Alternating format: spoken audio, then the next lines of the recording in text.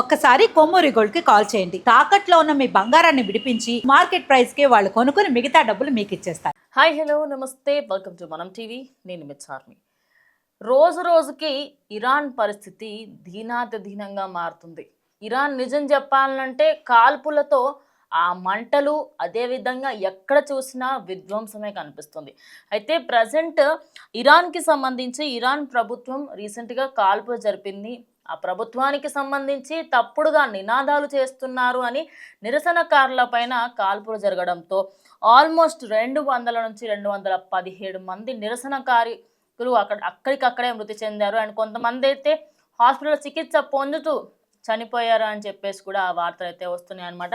మరి అసలు ఇరాన్కి సంబంధించి మనం మాట్లాడుకుంటే ట్రంప్ కోసమే చేస్తున్నట్టుగా ఉంది. అంటే ట్రంప్ని ఆయనని మెప్పించడానికి, రేపటి రోజు ఆయన సైడ్ నుంచి హెల్ప్ కోసం అని చెప్పేసి మెప్పించడానికి ఇప్పుడు ఇదంతా చేస్తుంది. క్లియర్గా అర్థమవుతుంది.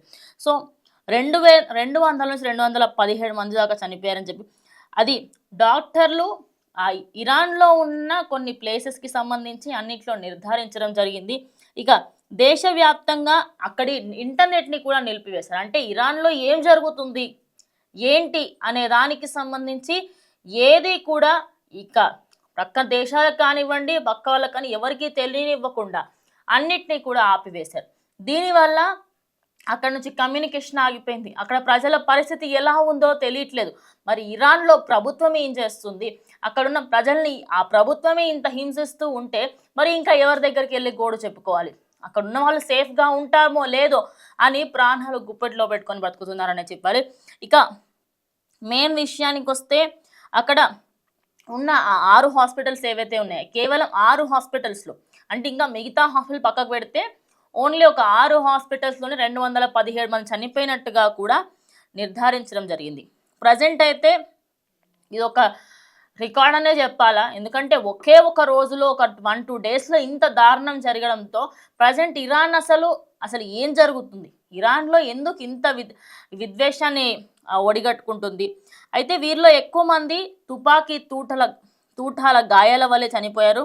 ఇంకొంతమంది ఏంటంటే కేవలం రాజధానికి సంబంధించి అక్కడ వెళ్ళి అక్కడ అంటే కొంతమంది నిరసన కార్యకర్తలే కాకుండా వేరే వేరే వాళ్ళు అక్కడికి వచ్చి దాన్ని చూడాలనుకున్న వాళ్ళు కూడా కొంతమంది అందులో చనిపోవడం జరిగింది. ఇక అయితే ఈ కాల్పులు జరిగినప్పుడు అక్కడ చాలామంది ప్రాణాలు పోయాయి. కానీ ఒక ప్రజెంట్ అయితే ఇంకొక న్యూస్ కూడా వస్తుంది, 63 మెంబర్స్ చనిపోయారని అక్కడ ఒక హాస్పిటల్ వాళ్ళు ధృవీకరించడం జరిగింది. ఇందులో 49 మంది పౌరులు ఉండగా మిగతా వాళ్ళందరూ కూడా ఇజ్రాయెల్కి సంబంధించిన సభ్యులుగా, కనీసం అందులో 5 మంది నిరసన కార్యకులు, ఇంకెక్కువ మంది అంటే 5 మెంబర్స్ ఉండొచ్చు, ఇంకెక్కువ కూడా ఉండొచ్చు. ఇంకా చాలామంది ప్రాణాలు కూడా కోల్పోయారు. అసలు ఏం జరుగుతుంది ఏంటి అనే దాని గురించి కూడా మాట్లాడుకుంటే, ఇరాన్కి సంబంధించి అక్కడి నేతల్ని, అదేవిధంగా అక్కడి ప్రభుత్వాన్ని మీరు వెళ్ళిపోండి, మాకు మీ ప్రభుత్వం వద్దు అని చెప్పినందుకు ఇంతవరకు అయిందని అయితే క్లియర్గా అర్థమవుతుంది. మనం చూసుకోవచ్చు, కొన్ని వీడియోస్ అయితే బయటకు వచ్చాయి. వాళ్ళు రోడ్స్ పైన వెళ్తున్న క్రమంలో అక్కడ బ్లాస్ట్ కానివ్వండి అన్నిటినీ కూడా చూసుకుంటే ఏదో పకడ్బందీగానే పెద్దగా ప్లాన్ చేశారు. అండ్ మోరోవర్లీ దీనికి సంబంధించి ఒక ట్విట్టర్లో ఒక ట్వీట్ కూడా వచ్చిందన్నమాట. అయితే ఇరాన్ ప్రభుత్వం ఏమైనా దీని మీద స్పందిస్తుందా అంటే, గురువారం రాత్రి నుంచి దేశవ్యాప్తంగా వాళ్ళ ఇంటర్నెట్ని ఆపేసి, అదే కాకుండా నిరసనకి సంబంధించి ఎవరెవరైతే దాని గురించి మాట్లాడుతున్నారో వాళ్ళందరిపైన స్ట్రిక్ట్ యాక్షన్స్ తీసుకుంటాము అని చెప్పడం, ఇరాన్ రెవల్యూషన్కి సంబంధించి అధికారులు అక్కడ కంప్లీట్గా ఏదైతే అదేంది మాకు ఎలాంటి సంబంధం లేదని కంప్లీట్గా చేతులు ఎత్తేశారు. ఇక బుల్లెట్స్ తగిలితే ఫిర్యాదు చేయవద్దని హెచ్చరించారు. ఇదైతే ఇంకా దారుణం. అంటే అక్కడ బుల్లెట్స్ తగిలినా, మీకు ఏమైనా అయినా కూడా, పిల్లలకి సంబంధించి కానీ ఏదైనా కూడా, మీ పిల్లలు కనిపించకుండా పోయినా ఏదైనా కూడా వెళ్ళి కంప్లైంట్ ఇవ్వకూడదు, ఏం చెయ్యకూడదు. అండ్ బుల్లెట్ తగిలి గాయాలయ్యి రక్తాలు పోతున్నా ఏం చెప్పకూడదు.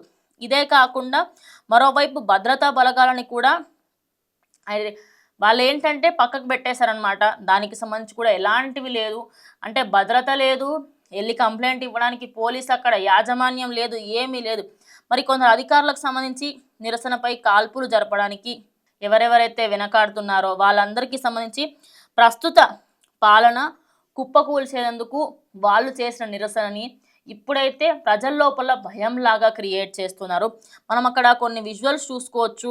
ఒక లోకల్ గవర్నమెంట్కి సంబంధించి ఒక బిల్డింగ్ని కూడా అక్కడ కూల్చేశారు. అండ్ మంటలలో మొత్తం దగ్ధమైపోతూ ఉంది. ఓవరాల్గా చూసుకుంటే ఇరాన్లో ఇప్పటికే 200 నుంచి 217 మంది వరకు చనిపోయారు. మరి ఇందులో అసలు బ్యాక్ స్టోరీ ఎంతుంది, ఏంటి, మరి దేనికోసం చేస్తున్నారు అనే దానికి సంబంధించి కొంతవరకే డీటెయిల్స్ అయితే వస్తున్నాయి. ప్రభుత్వాన్ని వ్యతిరేకించినందువల్లనే ఇంత కక్ష సాధింపు చేస్తున్నారని. కానీ ఒక ప్రభుత్వాన్ని వ్యతిరేకిస్తే ఇంత దారుణానికి ఒడిగట్టాల్సిన అవసరం ఏంటి? అండ్ దీనిపైన ఖచ్చితంగా ఒక కంప్లీట్ స్టోరీ చేసే ప్రయత్నం కూడా నేను చేస్తాను. సో ప్రజెంట్ అయితే అక్కడ ఉన్న పరిస్థితి ఇది. మరి చూద్దాము దీనికి సంబంధించి ఇంకా ఫర్దర్గా ఇంకా డీటెయిల్స్ తెలుస్తాయా లేదా అనేది. ఇది వాడి వీడియో. ఇంకో వీడియోతో మళ్ళీ కలుస్తాం.